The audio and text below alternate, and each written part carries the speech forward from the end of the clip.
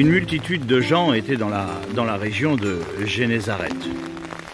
Vous avez écouté parler des prodiges de Jésus, des miracles qu'il faisait partout où Jésus passait. Ils avaient appris que tout dernièrement, ils avaient aperçu Jésus qui marchait sur l'eau. Comment qu'un homme peut marcher sur l'eau?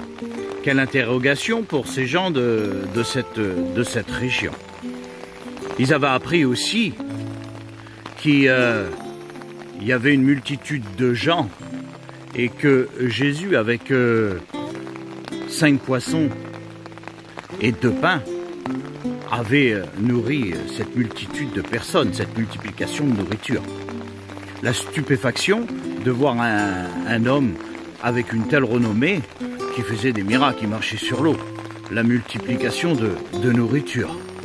Ils avaient appris aussi qu'une petite fille qui était morte, qui était âgée de 12 ans, Jésus lui a donné, est venu vers elle et lui a donné l'autorité qu'elle se réveille. Et cette petite fille est revenue à la vie. Ces gens s'interrogeaient de tous ces miracles qui pouvaient se passer. Une femme aussi qui était malade depuis 12 ans. Cette femme attendait Jésus qui passe dans son village. Et là, quand elle voit Jésus qui passe dans son village, elle se jette à ses pieds.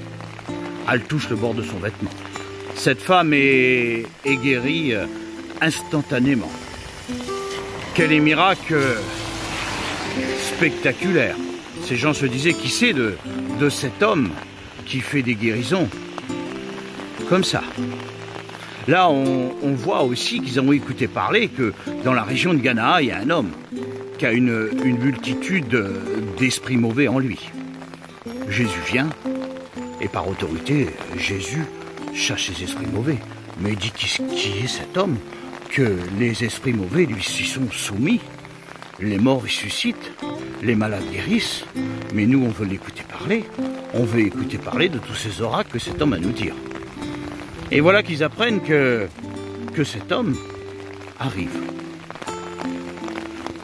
dans un petit village, Bethesda. Et voilà que quand ils arrivent, la stupéfaction de tous les disciples. Jésus savent pourquoi ils sont là. Une multitude de personnes sont là pour attendre Jésus. Ils ont envie de l'écouter parler. Ils ont envie de savoir qui il est. Ils ont aussi des besoins. Ils ont des malades. Et voilà que Jésus commence à prêcher le royaume comme à son habitude. Et voilà que Jésus se déplace dans cette contrée de Génézareth là. Alors il parcourt les villes. Il parcourt les villages.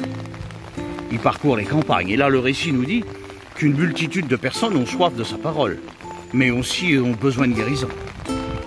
Donc là, partout où il passe, les gens amènent des malades en quantité.